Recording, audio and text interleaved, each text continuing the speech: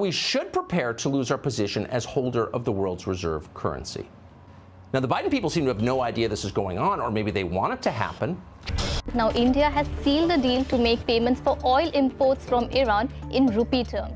President Vladimir Putin indicated that they're in favor of using Chinese currency for trade in other parts of the world, like Africa, Asia, and Latin America. France has become the first European country to sign a trade agreement allow payments in Chinese yuan instead of US dollars and euros. Brazil's President Lula is now headed to China. He's going there for a 2-day state visit, meeting with Xi Jinping to discuss the war in Ukraine and trade. They've already discussed and struck a deal last month to ditch the U.S. dollar and trade in their own currencies. Congressman, the same with the Saudis. The Saudis are going to now transact oil deals with China in the yuan. Are we losing the U.S. dollar as the reserve currency? And so de-dollarization began, and it is accelerated at remarkable speed, and it's happening a lot faster than anybody could have predicted. A lot of countries, whether it's China, it's India, they're all trying to diversify, get off the dollar standard. So Russia announced it will conduct business in Asia, Africa, and Latin America in Chinese currency. Brazil, which has a brand new government supported by the Biden administration, announced it will do the same thing. Pakistan is doing the same thing. That's a longtime U.S. ally. India and Malaysia, two of the biggest economies in the world, announced they'll be settling their trade in their own currencies, not the dollar. Even France is using Chinese currency in a new liquefied natural gas trade. China and Saudi Arabia are now major business partners. Well, China for several years has made very clear, along with the Russians, they want to downgrade the dollar because they think that'll enhance their power around the world. And certainly the way we've treated the dollar over the year has gone in that direction. So if you wanted the rest of the world to trust your currency, the last thing you would do is use it as a weapon or print too much of it. For nearly 80 years since the end of the Second World War, the U.S. dollar has effectively been the currency of the world. America printed the U.S. dollar, we controlled the global reserve currency, and that meant that for us, money was cheap. We had privileges that nobody else in the world had. It's been very nice, but what would happen if it ended? You don't even really want to think about that because the consequences would be too ugly, really ugly.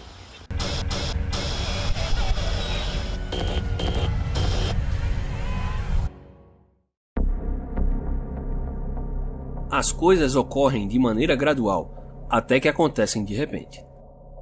Aqueles que estão mais atentos ao cenário geopolítico e econômico global perceberam que nas últimas semanas um número crescente de governos nacionais estão deixando de lado a esfera de influência dos Estados Unidos. Semelhante a uma corrida aos bancos, como a que vimos recentemente no sistema bancário americano, com clientes retirando seus ativos que estavam sob gestão do banco como forma de protegê-los, estamos presenciando hoje uma espécie de corrida aos Estados Unidos, em que muitas nações estão retirando não apenas os seus ativos, mas também sua lealdade da esfera de influência americana, como veremos a seguir. Mas antes de dar continuidade, peço a você que deixe o seu like, inscreva-se no canal e considere se tornar um membro do Econofácil. Assim, você ajuda o nosso canal a crescer e o nosso conteúdo chegar a cada vez mais pessoas. Nas últimas semanas, a ameaça à hegemonia do dólar aumentou visivelmente.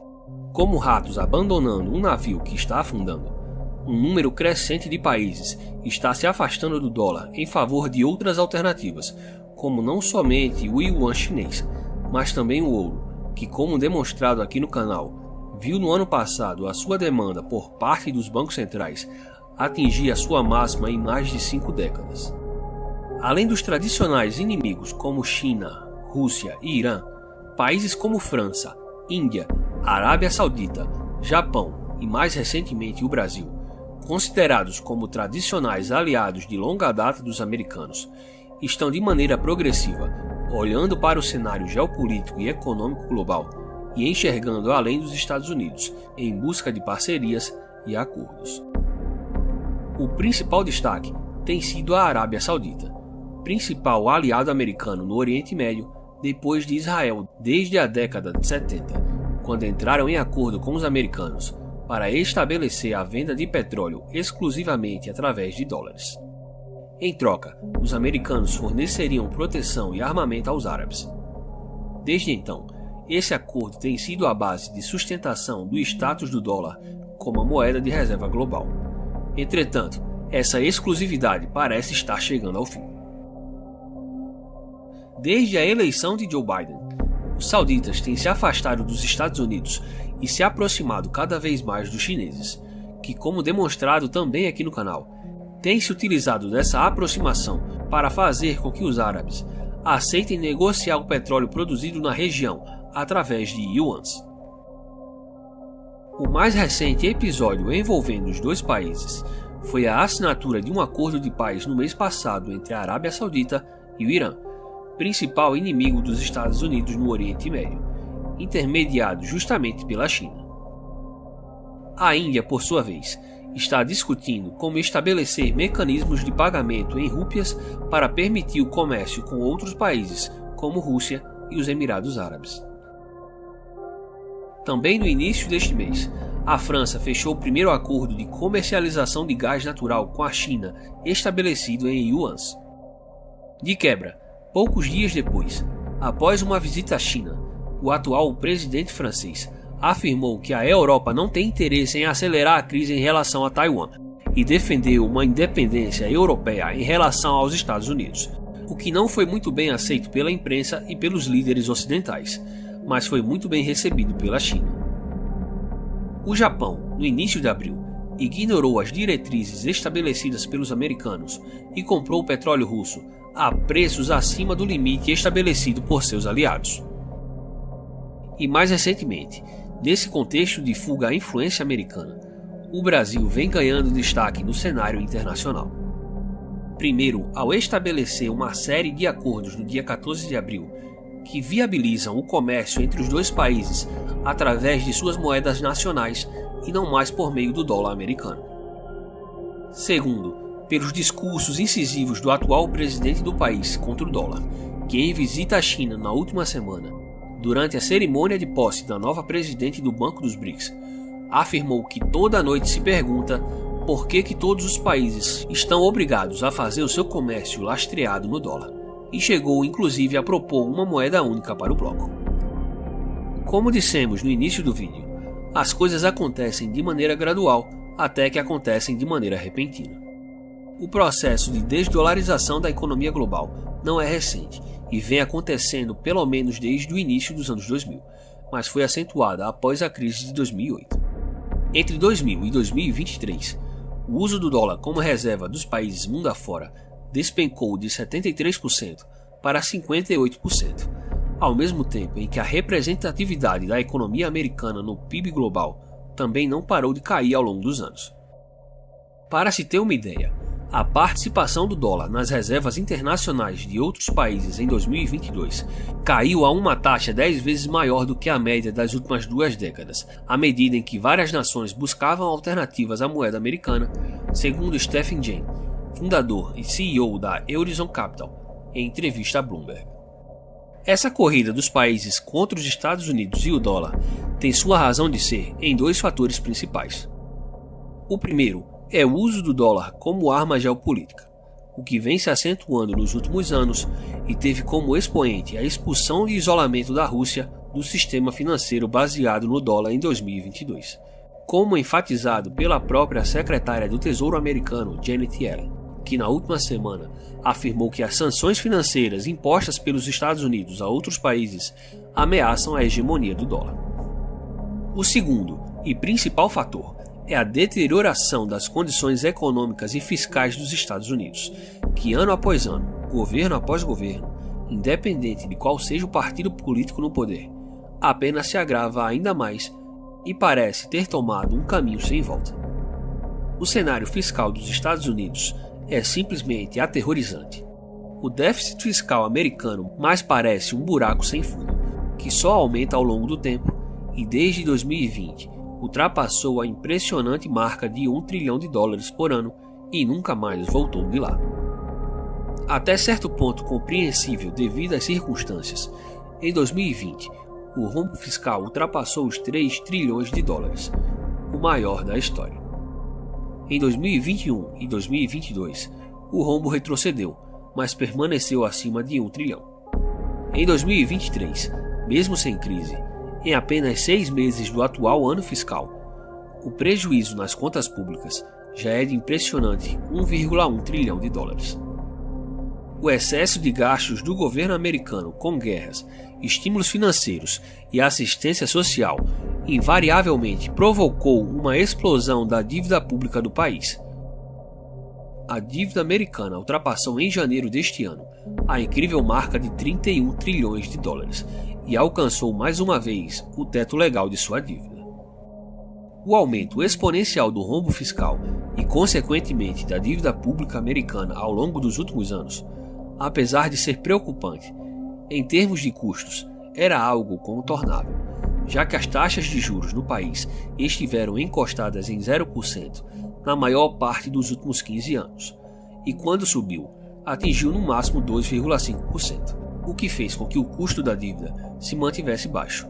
Entretanto, com a subida dos juros mais agressiva dos últimos 40 anos, o custo da dívida americana explodiu e se tornou uma preocupação para o Tesouro.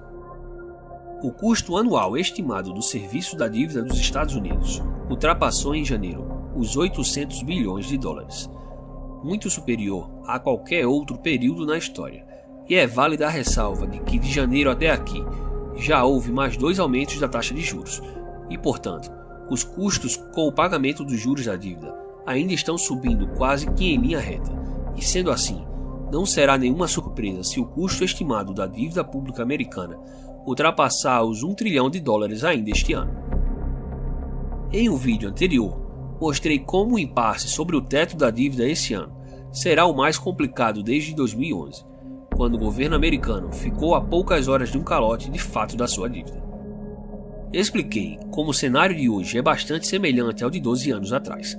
Entretanto, existem certas diferenças que tornam a situação atual muito mais delicada, como o fato de que a dívida pública atualmente está em 31 trilhões de dólares, muito maior que em 2011, quando a dívida pública era de somente 14 trilhões, menos da metade do valor atual. Outro ponto que deixa a situação bem mais delicada hoje é que em 2011 os juros eram de 0% e a inflação estava bem abaixo da meta.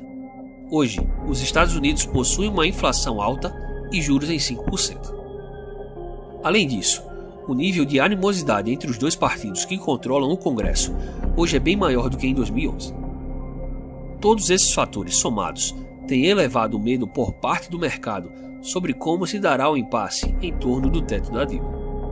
Não por acaso, o CDS, ou Credit Default Swap, da dívida americana de curto prazo, que é um contrato derivativo que funciona como uma proteção contra um calote da dívida dos Estados Unidos, alcançou recentemente a sua máxima histórica, superando o pico alcançado em 2011, quando a dívida americana teve a sua classificação de risco rebaixada após o Congresso quase não conseguir elevar o teto da dívida.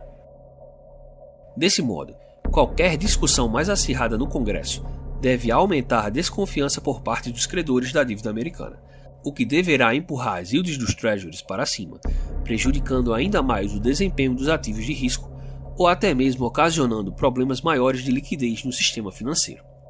Entretanto, nada disso seria comparável ao pior cenário possível, que seria um possível calote da dívida devido a uma falta de acordo entre republicanos e democratas, e que, como demonstramos aqui no canal, serviria como um potencial gatilho para o estouro da mãe de todas as bolhas, iniciando uma corrida ainda maior contra o dólar, com consequências inimagináveis.